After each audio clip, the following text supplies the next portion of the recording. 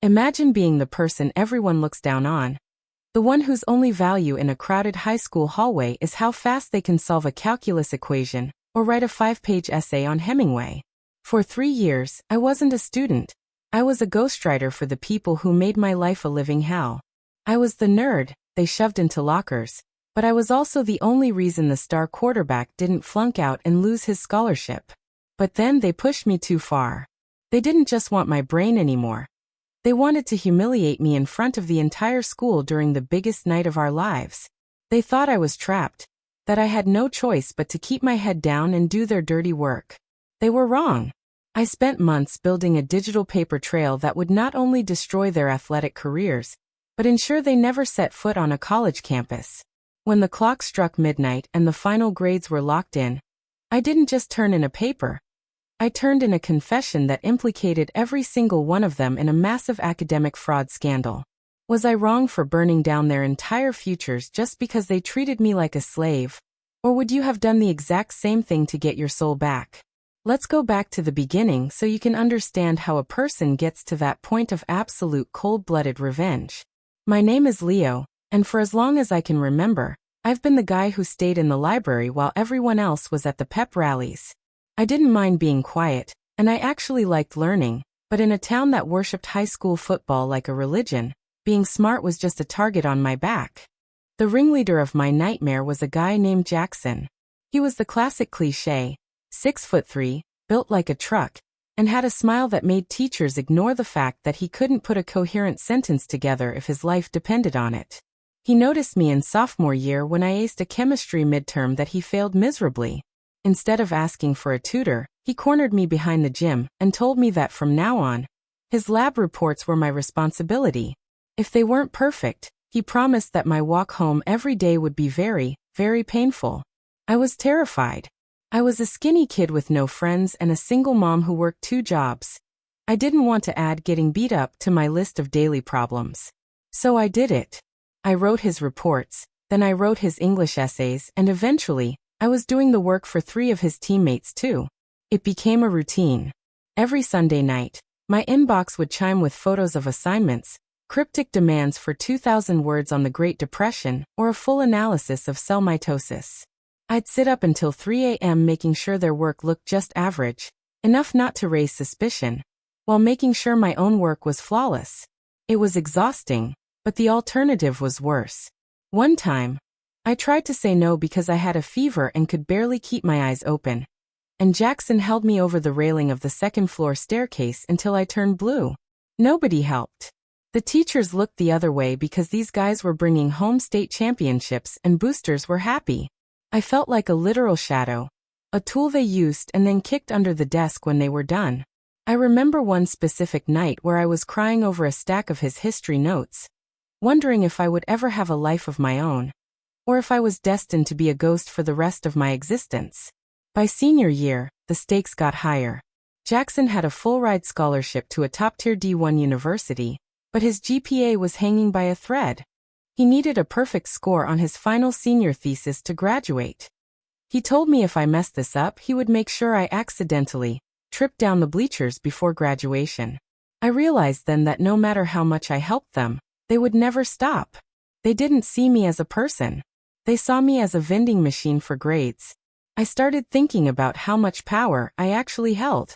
I had 3 years of emails, text threats, and the metadata on every single file I had ever sent them. I had the power to end it all, but I knew I had to be patient. I had to wait for the moment where it would hurt the most. To make matters worse, it wasn't just the work, it was the psychological warfare. They would wait until I was sitting alone in the cafeteria, walk by, and accidentally spill chocolate milk all over my laptop bag, the bag that held the very essays they needed to pass. They would laugh, calling me their little engine that could. While I sat there scrubbing stains off my only piece of technology, Jackson had this way of leaning in close, smelling like expensive cologne and gym sweat, whispering that if I ever told a soul, he'd find out where my mom worked and make sure her life became as miserable as mine. That was the hook that kept me in line for so long. My mom. She's the hardest working woman I know, and the thought of her being harassed or losing her job because of some teenage psychopath was more than I could bear. My mother didn't deserve to pay for my lack of courage. So I stayed small. I stayed quiet. I became an expert at being invisible. I learned how to move through the hallways by sticking to the walls, how to time my bathroom breaks so I wouldn't run into the inner circle in the stalls, and how to keep my face completely expressionless whenever they insulted me. I remember sitting in the back of the bus, listening to them talk about the parties I was never invited to, the girls I was too weird to talk to, and the future they were building on the back of my labor. But inside I was a pressure cooker. Every please and thank you I forced out while handing over a flash drive felt like swallowing broken glass. I started documenting everything not because I knew I'd use it, but because it was the only thing that made me feel like I still had some dignity. I kept a secret folder on an encrypted cloud drive named The Cost of Admission. In it, I didn't just put the files. I put the dates, the times, and the exact words they used when they threatened me. I even recorded a few of our meetings behind the bleachers on my phone, hidden in my front pocket. Listening back to those recordings at night made my blood boil, but it also sharpened my focus. I wasn't just doing their homework anymore. I was building their prison cells, one paragraph at a time. I started analyzing their weaknesses. I noticed how they'd get lazy, not even bothering to read the papers I gave them. They'd just change the name on the header and hit send. They wouldn't even check for typos or Easter eggs I might have left behind. That level of arrogance was exactly what I needed. They felt untouchable, and when someone feels untouchable, they stop looking for traps. I began to wonder if anyone else in the school knew. Surely, the teachers weren't that blind? My English teacher, Mr. Henderson, once pulled me aside after class and asked why my writing style looked remarkably similar to the essay Jackson had turned in. My heart skipped a beat. For a second, I thought about confessing right then and there. I could see the concern in his eyes, a genuine worry for a student he knew was being exploited. But then I saw Jackson standing in the doorway, twirling a football and staring at me with those cold, dead eyes. He didn't have to say a word. The threat was written in his posture. I lied to Mr. Henderson's face. I told him I had been tutoring Jackson, and maybe some of my habits rubbed off on him. The disappointment in Henderson's eyes was almost as painful as the bullying. He knew I was lying and he knew why, but he didn't have the proof to protect me. He just sighed and told me to be careful. That moment solidified it. If I wanted out, I had to be the one to pull the trigger. I spent that entire weekend refining my plan. I wasn't going to just report them for one essay. I was going to expose the entire 3-year operation. I contacted a few other quiet kids who I suspected were also being bullied into doing work for the team. It turned out I wasn't the only one. There were 3 others, Sarah, Mike, and David, who had all been trapped in the same cycle of fear. We met in secret at a coffee shop 3 towns over, so we wouldn't be seen. We shared our stories, the threats we'd received, the bruises we'd hidden. We realized that together, we had enough evidence to take down the entire athletic department's academic standing. We formed a pact. We would all submit the final senior projects, but we would all include the same hidden evidence. We were going to make sure the school couldn't claim it was just one disgruntled student. It was a systemic failure, and we were the proof. So that's where I was, standing at the edge of a cliff, holding the futures of the 5 most popular guys in school in my hands while they continued to mock me and shove me around in the hallways.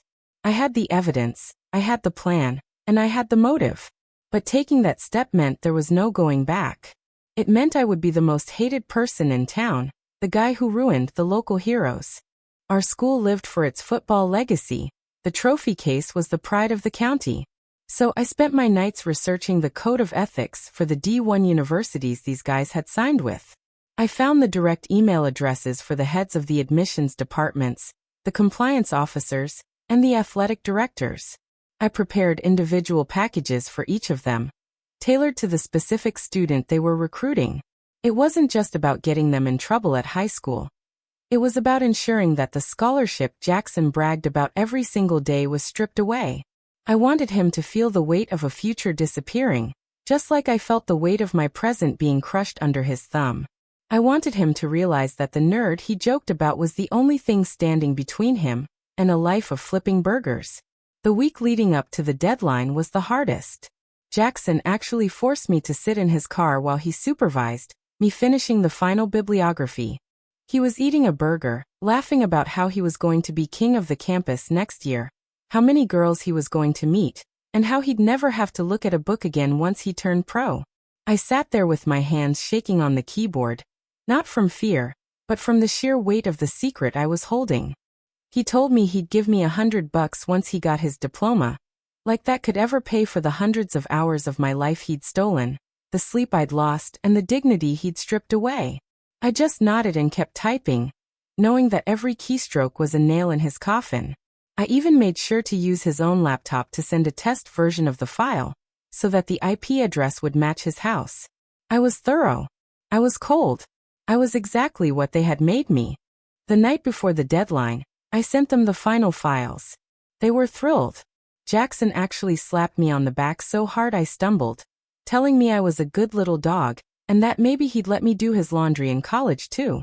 He even had the nerve to tell me to keep in touch, in case he needed help with his college courses, as if I would ever willingly speak to him again. I didn't say a word. I just went home, sat at my desk, and waited for the morning. I didn't sleep a wink. I just watched the clock, counting down the seconds until the school server would open for submissions. The next morning, as soon as I saw them all hit submit on the school's online portal during first period, I saw them high-fiving in the back of the room. I hit send on my prepared emails. I sent my master file directly to the school board, the principal, and the admissions office of every university involved. I didn't stop there. I BCC'd the local news station's investigative tip line, and a few prominent sports bloggers who covered high school recruiting. I knew the school might try to cover it up to save their sports reputation, so I made sure the evidence was in too many hands to be ignored.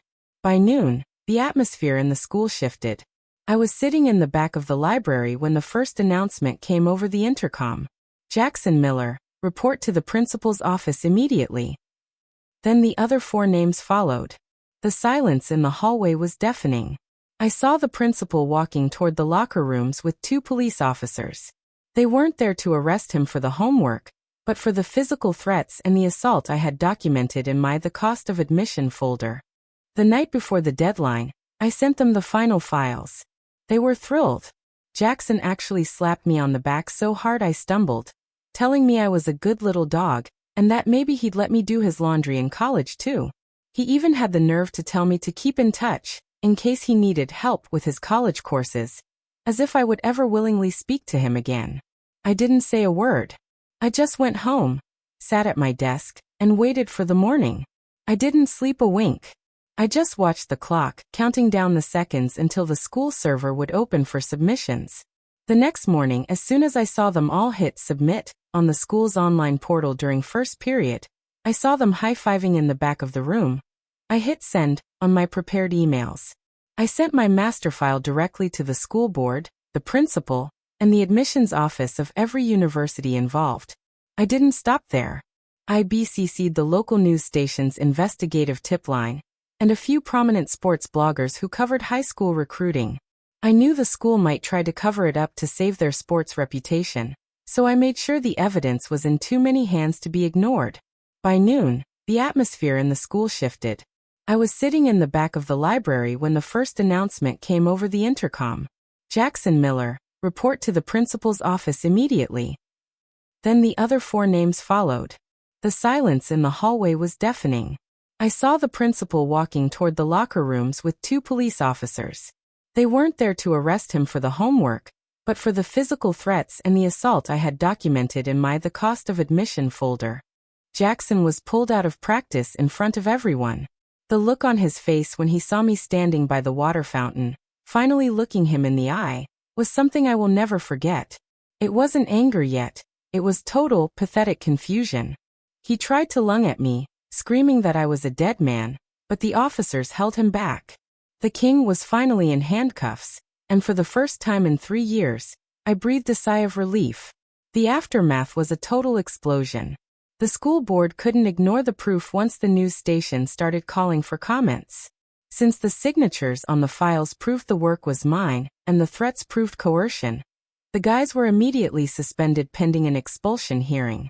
Because it was a matter of academic dishonesty on a massive scale involving multiple students, Their grades for the entire semester were voided. Jackson's scholarship was revoked within 48 hours. The university didn't want a liability who couldn't pass English 101 without committing a crime. His friends lost their college spots too. The fallout didn't stop at the school gates. The local news ran a story on the dark side of high school sports culture. And though they didn't use my name, everyone knew who the anonymous whistleblower was. My mom was scared at first because of the backlash from the town's football fans. We had people driving by our house and shouting insults, and someone even threw a brick through our front window. But when she saw the evidence of what they had done to me, the bruises and the messages, she stood by me like a rock. She told me she was proud of me for fighting back. We ended up getting a restraining order against Jackson's family after his father tried to confront my mom at her job. I ended up graduating with honors, and even though I had to deal with some dirty looks at the ceremony, I walked across that stage knowing I wasn't anyone's shadow anymore. Those guys had to go to alternative school or retake the year, and their dreams of pro sports are basically dead. They learned the hard way that you should never underestimate the person who does your thinking for you. Jackson tried to send me a message through a fake account a few months later, blaming me for ruining his life, and telling me he was working at a car wash while all his friends were at college. I didn't reply. I just screenshotted it and added it to the file. He didn't realize that he was the one who ruined his life the moment he decided he was better than everyone else. I'm in college now on a full academic scholarship, and for the first time in my life, I'm writing essays that only have my name on them. I've made real friends, people who like me for my brain and not for what my brain can do for them. At the end of the day, people might say I was too harsh, or that I should have told a teacher sooner. But when you're in the middle of that kind of fear, telling a teacher feels like a death sentence. I had to save myself, and I had to make sure they couldn't do this to anyone else. It wasn't just about the homework. It was about the years of being treated like I didn't exist. I learned that silence isn't weakness. It's just a place where you can plan your next move. If there's one thing I want you to take away from this, it's that you should always stand up for yourself, even if you have to wait for the perfect moment to do it. No one has the right to own your mind or your time. Don't let the bullies win by becoming what they want you to be.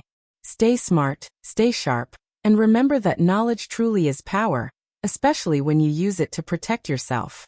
Like this video if you think those jocks got exactly what they deserved, and make sure to subscribe so you don't miss the next time someone decides to stop being a victim. Share this story with someone who needs to hear that they aren't alone, and that things can change. What do you think? Was the revenge too much, or did the punishment fit the crime? Let me know your final thoughts on this whole mess in the comments section below. I'll see you all in the next story.